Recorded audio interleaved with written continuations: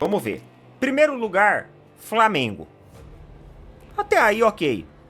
É um clube que vem nos 5, 6 últimos anos sendo protagonista.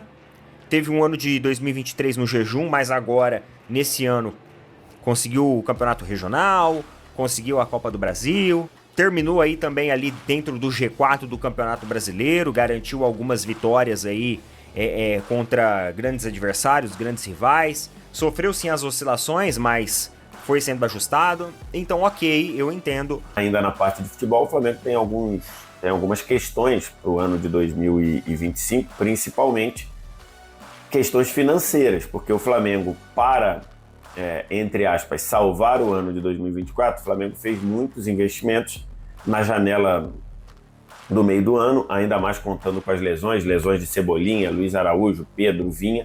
O Flamengo foi ao mercado para consertar o ano de 2024 e isso vai fazer com que o Flamengo seja menos com que o Flamengo seja menos efetivo na janela, pelo menos no primeiro semestre. Meus amigos, o Flamengo vai ter que pensar, né, como é que vai organizar tudo com essa nova gestão para o ano de 2025, né? São muitos desafios. Já temos logo no início do ano a Supercopa contra o time do Botafogo, né? Supercopa do Brasil. E essa gestão vai ter que correr contra o tempo, né, para organizar toda a casa, né? Fazer toda a transição, né? Conseguir ali trazer os reforços pontuais necessários, né?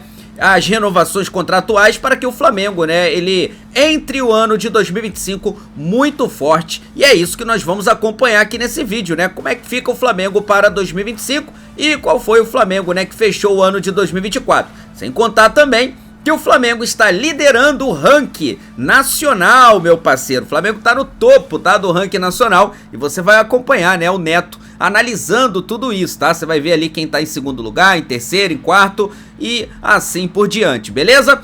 Vou deixar aqui os créditos pro canal do Neto, Opina Porco, e também pro canal da TNT Sport. Vou pedir a você que não é inscrito para se inscrever no canal, ativar o sino e deixar o like. Agora vem comigo e vamos acompanhar o que eles falaram sobre o nosso Flamengo. Roda aí, produção! E amigos, quero falar com vocês sobre o ranking da CBF, tá? Até deixei como última pauta aqui, porque na minha opinião esse ranking aqui não faz sentido. E eu vou explicar pra vocês o porquê, com argumentação. O ranking da CBF saiu, e esse ranking aqui ele é válido para a temporada de 2025. Lembrando que ele é atualizado no final agora, com os números e dados aí de 2024. E olha só o ranking atual da CBF, dos times brasileiros. Eu tô sendo meio enfático, irônico, sarcástico aqui, porque vocês vão entender aonde que eu vejo o erro desse ranking. Eu não sei exatamente quais que são as métricas utilizadas, se é de título, se é de partida oficial, mas pra mim, independente das métricas, essa parada aqui não faz muito sentido, tá? Vamos ver. Primeiro lugar, Flamengo. Até aí, ok. É um clube que vem nos 5, 6 últimos anos sendo protagonista. Teve um ano de 2023 no jejum, mas agora, nesse ano, conseguiu o campeonato regional, conseguiu a Copa do Brasil, terminou aí também ali dentro do G4 do Campeonato Brasileiro, garantiu algumas vitórias aí contra grandes adversários, grandes rivais. Sofreu sim as oscilações, mas foi sendo ajustado. Então, ok, eu entendo o Flamengo, até mesmo Palmeiras, times que estão lá na ponta. Afinal, são equipes que vêm fazendo esse trabalho contínuo e não é um clube que vai lá e aparece de vez em quando campeão e pinga de vez em quando campeão. Não, ano sim, ano não, tem vencido títulos importantes. E esse ano venceu outro também, então ok. Segundo lugar, agora aqui começa a minha divergência em relação a essa parada. São Paulo. E o São Paulo, cara, com uma pontuação ali de mais de 300 pontos à frente do terceiro colocado. Então isso daqui realmente me coloca um ponto de dúvida. Ah, Neto, mas é um ranking de toda a história. Tudo bem, galera, mas faz quanto tempo que o São Paulo não vence aí um título expressivo? O São Paulo, se eu não me engano, não terminou nem dentro do G4, correto? Vamos ver aqui a classificação do Campeonato Brasileiro. Como terminou? Não. São Paulo Terminou em sexto colocado. E eu não entendo. São Paulo tem 14.832 pontos. O Flamengo é o primeiro com 16.996 pontos. Como eu falei pra vocês, eu não entendo as métricas que foram utilizadas aqui. Faz muitos anos que o São Paulo não consegue mais títulos expressivos. Teve aí agora a Copa do Brasil, né? Depois teve a Supercopa. Só que foi 2 títulos que pingaram aí em anos. Em anos aí de futebol. Não entendo isso daqui, de verdade. E calma que vai piorar, tá? As coisas elas vão piorando. Em terceiro lugar é o Palmeiras. O Palmeiras ele caiu uma posição pro São Paulo. É aí que eu não entendo. O Palmeiras ele caiu uma posição, o São Paulo subiu. Mas pô, a Supercopa justifica isso? Porque no passado o São Paulo ganhou o Campeonato Brasileiro, a Copa do Brasil, o Palmeiras o Campeonato Brasileiro. Esse ano o São Paulo ganhou a Supercopa. O Palmeiras ficou com o Regional. Uma pontuação muito louca, né? Porque a diferença dos dois tá mais de 300 pontos. Então, de ganhar a Supercopa, o São Paulo avançou dessa maneira. Quarto lugar, o Corinthians. Daqui a pouco o Corinthians vai passar o Palmeiras. De acordo aí com as vozes da cabeça da CBF. Eu não consigo entender, gente. Um clube que brigou contra o rebaixamento, foi desclassificado de tudo, vive um jejum de títulos, sei lá, pelo menos uma década, né? Que não ganha, assim, em sequência, títulos relevantes. Pinga aqui, um outro ali, uma final e tal. Mas não é uma equipe que tem disputado, que tem sido competitiva. Tá em quarto lugar? Que ranking maluco é esse? Se tivesse ganhado um título, então ultrapassaria o Palmeiras. Não dá pra entender. Em quinto tem o Atlético Mineiro. Em sexto, Atlético Paranaense. Que também eu não consigo ver um sentido tá aqui. Em sexta colocação. Não consigo enxergar um sentido nisso. Em sétimo é o Fluminense. Em oitavo, o Botafogo. Botafogo foi o clube que subiu mais posições. Subiram 6 posições. E tudo bem. É compreensível. É compreensível ter subido 6 posições. Mas, cara, se a gente for parear na história aí, talvez os caras poderiam ter ido até um pouquinho além, né? Porque eu não consigo ver o Atlético Paranaense em sexto lugar. De verdade. E ainda que caiu 2 posições, porque foi rebaixado. Só que ao longo da história também, não é uma equipe que tem grandes títulos.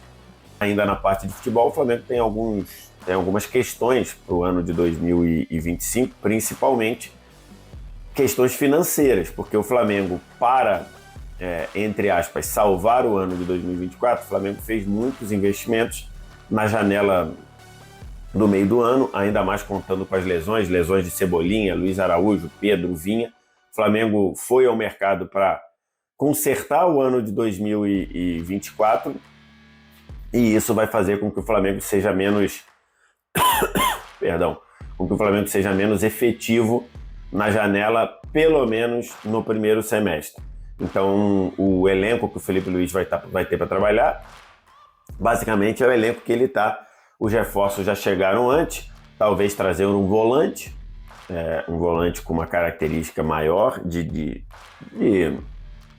ser frente da área, trazer talvez um reserva para a lateral direita ou um lateral direito titular se o Wesley de verdade sair. O Wesley foi uma das gratas surpresas, não surpresas, não sei, talvez não seja a palavra, mas uma das boas notícias do Flamengo com o Felipe Luiz. O Wesley termina o campeonato voando, termina a Copa do Brasil voando, é eleito melhor lateral direito do Campeonato Brasileiro, então foi uma notícia excelente do Flamengo com o Felipe Luiz.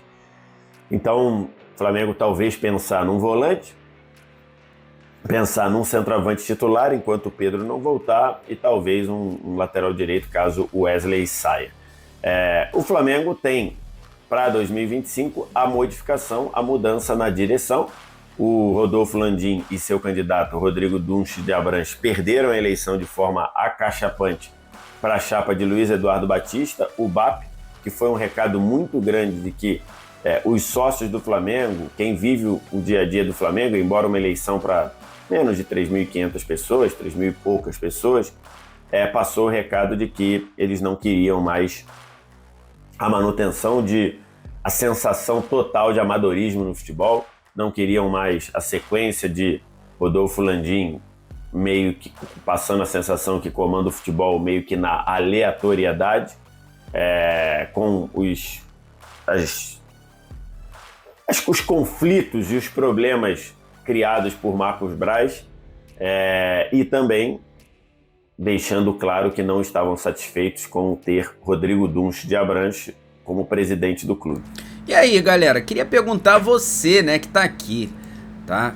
E aí, você acha que o Flamengo tá agora, com essa nova gestão, né, mantendo ali um profissionalismo na pasta do futebol, saída do Marcos Braz, né, do Bruno Spindel, de alguns caras ali do Flamengo, alguns jogadores também que vão deixar, outros que vão chegar. Cara, como é que tá a tua expectativa para esse Flamengo de 2025? Você acredita que o Flamengo vem forte para brigar por todos os títulos? Lógico, com exceção ali do Mundial de Clubes, que é bem complicado, né? A gente vai ter vários europeus ali fortíssimos.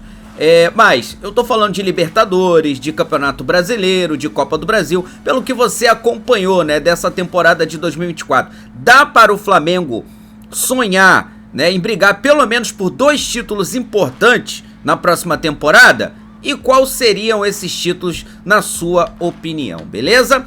Vou deixar aqui os créditos, tá? Pro canal do Neto Opina Porco e também pro canal da TNT Esporte. Vou pedir a você que não é inscrito para se inscrever no canal, ativar o sino e deixar o like. Daqui a pouquinho eu trago mais um vídeo pra você. Afinal de contas, é uma pedrada atrás da outra. É um vídeo bom atrás do outro. Por quê, Júnior? Porque isso aqui, ó, isso aqui é a nossa paixão, ó. Olha aqui, ó. Isso aqui é o nosso amor.